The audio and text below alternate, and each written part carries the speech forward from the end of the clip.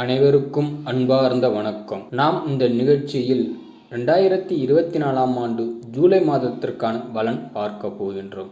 முதலில் பொது பலன் என்னவென்று பார்த்திடலாம்.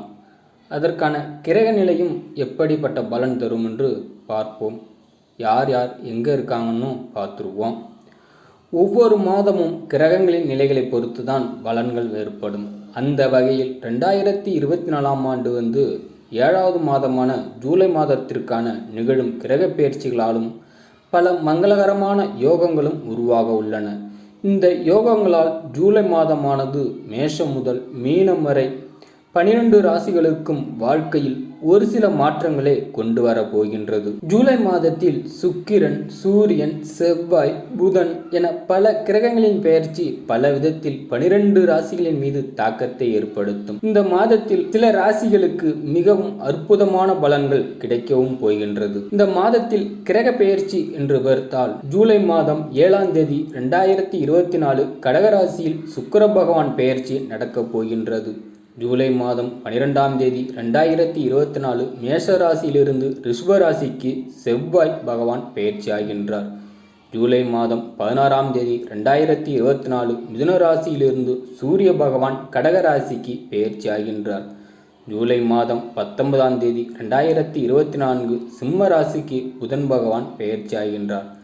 ஜூலை மாதம் 31ஆம் தேதி 2024 சுக்கிரன் சிம்ம ராசிக்கு பெயர்ச்சி ஆகின்றார். இப்படிதாங்க இந்த மாதத்தில் கிரக பெயர்ச்சி நடக்கின்றது. ஜூலை மாதத்தில் நடக்கும் கிரக பெயர்ச்சிகளாலும் யோகங்களாலும் சில ராசிகளுக்கு கிடைக்கும் அற்புதமான பலன்கள் என்னவென்று நீங்கள் தெரிந்து கொள்ளுங்கள். கடகராசி என்பவர்களுக்கு இந்த 2024ஆம் ஆண்டு ஜூலை மாதம் உங்களுக்கு நன்மையாக இருக்குமா இல்லை தீமை இருக்குமா, எப்படி தான் இந்த மாதம் ஓட்டலாம் அப்படிங்கிறத பார்த்துருவோம். இந்த மாதத்திற்கான கிரக நிலையை உங்களுக்கு பார்த்தோம்னா, கடகராசிக்காரர்களுக்கு இந்த மாதம் 10ஆம் வீட்டின் அதிபதியாக செவ்வாய் இருக்காரு. அவரும் சொந்த ராசியில் இருப்பதால் உங்கள் வேலைக்கு பலம் அதிகமாக இருக்கும். உங்கள் வேலையில் கடினமாக உழைப்பீர்கள் மற்றும் உங்கள் குழுவில் ஒரு குழு தலைவராக வழிநடத்துவீர்கள். உங்கள் பாணியில் சொல்ல வேண்டுமென்றால் மக்களை நீங்கள் ஈர்க்கப்படுவீர்கள். இது உங்களுக்கு முன்னுரிமை கொடுக்கும். உங்கள் பணியிடத்தில் உங்களுக்கு ஆதிக்கமும் அதிகரிக்கும். இந்த மாதம் உங்களுக்கு பதவி உயர்வு பரிசாக கிடைக்கும். 7ஆம் வீடான சனி பகவான் உங்களுக்கு வக்கர நிலையில் 8ஆம் வீட்டில் இருந்தாலும் வியாபாரத்தில் லாபம் தரும் கிரகமான புதன் 7ஆம் வீட்டில் அமர்ந்துள்ளார். இதன் காரணமாக உங்களுக்கு வணிகமும் தொடரும். ஆனால் நீங்கள் பெரிய முடிவுகளை எடுக்க நேரம் ஒதுக்க வேண்டும். அவசரப்பட்டு எந்த முடிவு எடுத்தாலும் அது தவறாகத்தான் போய் முடியும். எனவே கொஞ்சம் பொறுமை காட்ட வேண்டும். குரு பகவான் 5ஆம் வீட்டை பார்ப்பதால் முழு கடின உழைப்புடனும் உங்கள் படிப்பை நீங்கள் தொடங்குவீர்கள் மற்றும் உங்கள் படிப்பிற்கு நீங்கள் முழு முன்னுரிமையும் கொடுப்பீர்கள். இதன் மூலம் படிப்பில் முழு கவனமும் செலுத்த முடியும். அதற்கான வாய்ப்புகளும் சேரும். உங்கள் திட்டங்களும் வெற்றியடையும் மற்றும் உங்கள் செல்வாக்கும் அதிகரிக்கும். 4வது வீட்டின் அதிபதியான சுக்கிரன் மாதத்தின் தொடக்கத்தில் 12வது வீட்டில் இருக்கின்றார் மற்றும் ஜூலை 7ஆம் தேதி உங்கள் ஜாதகத்தின் முதல் வீட்டிற்கு மாறுகின்றார். அத்தகைய சூழ்நிலையில் தான் உங்களுக்கு நீண்ட பயண திட்டங்களும் ஏதேனும் இருக்கலாம். உங்களுடைய வீட்டில் மகிழ்ச்சியும் மற்றும் அமைதியான சூழ்நிலையும் இருக்கும் மற்றும் ஒரு புதிய செயல்பாடும் நடக்கலாம் மற்றும் வீட்டின் சூழ்நிலை சிறப்பாகவும் மாறும்.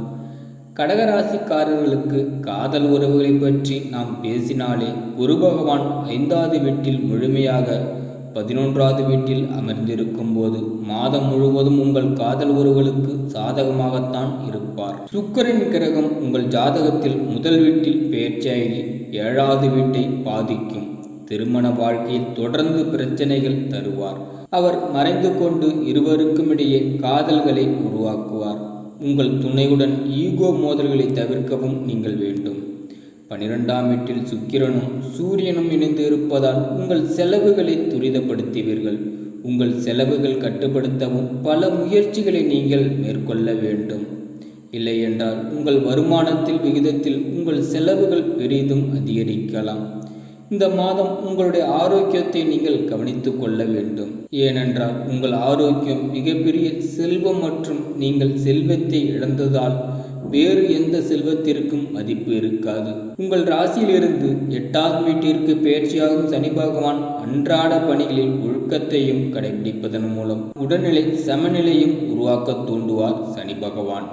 உங்களுக்கு குடும்ப உறவு எப்படி இருக்கும் என்று பார்த்தால், இந்த காலகட்டத்தில் உறவு விஷயங்களில் வாழ்க்கை துணையுடன் வாக்குவாதங்கள் மற்றும் தவறான புரிதல்கள் இருக்கலாம். தாம்பத்திய வாழ்க்கையில் ஈகோ மோதல்களை கவனமாக கையாள வேண்டும். குடும்பத்தில் பிரச்சனைகள் வராமல் இருக்க சூழ்நிலையை நீங்கள் அனுசரித்துக் கொள்வதுதான் புத்திசாலித்தனம். உங்களுக்கு நிதிநிலை எப்படி இருக்கும் என்று பார்த்தால், இந்த மாதம் உங்களுடைய நிதிநிலை லாபகரமாக இருக்குமும் இந்த மாதம் முழுவதுமே உங்களின் பொருளாதார நிலை சிறப்பாக இருக்கலாம். மாதத்தின் பிற்பதில் எதிர்கால நலன் கருதி கணிசமான பணத்தை நீங்கள் சேமிப்பீர்கள். முதல் பாதியில் செலவுகள் அதிகமாக இருக்கும். குறிப்பாக மருத்துவ செலவுகளும் இருக்கலாம். பங்குச்சந்தை மற்றும் ரியல் எஸ்டேட் மூலம் அதிக வருமானமும் பெறுவதற்கான வாய்ப்புகளும் இருக்கும். உங்களுக்கு உத்தியோகம் எப்படி இருக்கும் என்று பார்த்தால், இந்த மாதம் உத்தியோகத்தில் முன்னேற்றமும் காணப்படும். பணியிடத்தில் மேலதிகாரிகள் ஆதரவு உங்களுக்கு கிடைக்காமல் போகலாம். உங்களின் தேவையற்ற செலவுகள் மற்றும் இழப்புகளுக்கு மேலதிகாரிகள் ஒரு காரணமாகவும் இருப்பார்கள். உங்களுடைய உத்தியோகம் மூலம் திடீர் பணவரவும் இருக்கும். பணியிடத்தில் மன அழுத்தமும் பணிச்சுமையும் பெருமளவு குறைந்துவிடும். இந்த மாதத்தில் தொழிலை பார்த்தோமென்றால், இந்த மாதம் நீங்கள் தொழில் மூலம் லாபம் காண்பீர்கள். கூட்டு தொழில் செய்பவர்கள் கவனமுடன் செயல்பட வேண்டும். கூட்டாளரும் தவறான புரிதல்கள் ஏற்படவும் வாய்ப்புள்ளது. அதன் காரணமாக தொழிலில் சிறிய பின்னடைவுகளும் இருக்கலாம். என்றாலும் வருவாயில் முன்னேற்றமும் வளர்ச்சியும் படிப்படியாக ஏற்படும். வணிகத்தில் மேலாண்மை தலைமையும் மற்றும் நிர்வாக மாற்றத்திற்கும் உள்ளாகலாம்.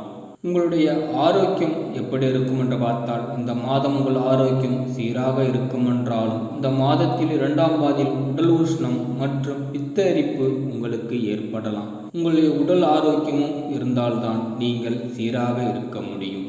மாணவர்களுக்கு எப்படி இருக்கும் என்று பார்த்தால், மாணவர்கள் தங்கள் ஆரோக்கியத்தில் கவனமாக இருக்க வேண்டும். ஆரோக்கிய பிரச்சனை காரணமாக படிப்பில் கவன சிதறல்கள் ஏற்படலாம். இது படிப்பில் இடையூறுகளை ஏற்படுத்தலாம். மனதை ஒருமுகப்படுத்தி படிப்பதன் மூலம் பாடங்களை சரியான முறையில் கற்க முடியும். தடைகளை கடக்க ஆசிரியர்கள் மற்றும் குருக்களின் ஆலோசனை உங்களுக்கு வழிகாட்டுதல் மூலமும் உங்களின் பெற்றோர்கள் மூலமும் உங்களுக்கு இந்த மாதம் கல்வியில் நல்ல வெற்றியை காணப்போகின்றீர்கள். உங்களுக்கு இந்த மாதத்திற்கான பரிகாரம் என்னவென்று பார்த்தால், சனிக்கிழமை தோறும் சனி பகவானுக்கு எண்ணெய் ஊற்றி தீபமேற்றி வணங்கி வாழ்ந்தால் அனைத்து கவலைகளையும் போற்றி விடுவார். உங்களின் வாழ்க்கை மிகவும் பிரகாசமாக இருக்கும்.